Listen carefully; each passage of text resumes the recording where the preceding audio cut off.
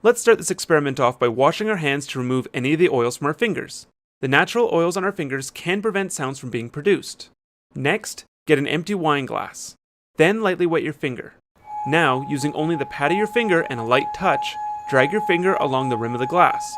There should be some friction, but not too much. This may take some practice. If you do it right, you should hear a sound.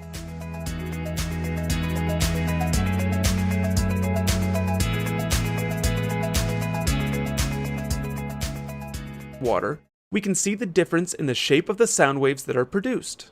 Your finger doesn't stay in place, so the vibration pattern has to follow your finger around the rim. A neat way to see this vibration pattern is to fill a glass almost full of water, and then rub your finger around the rim.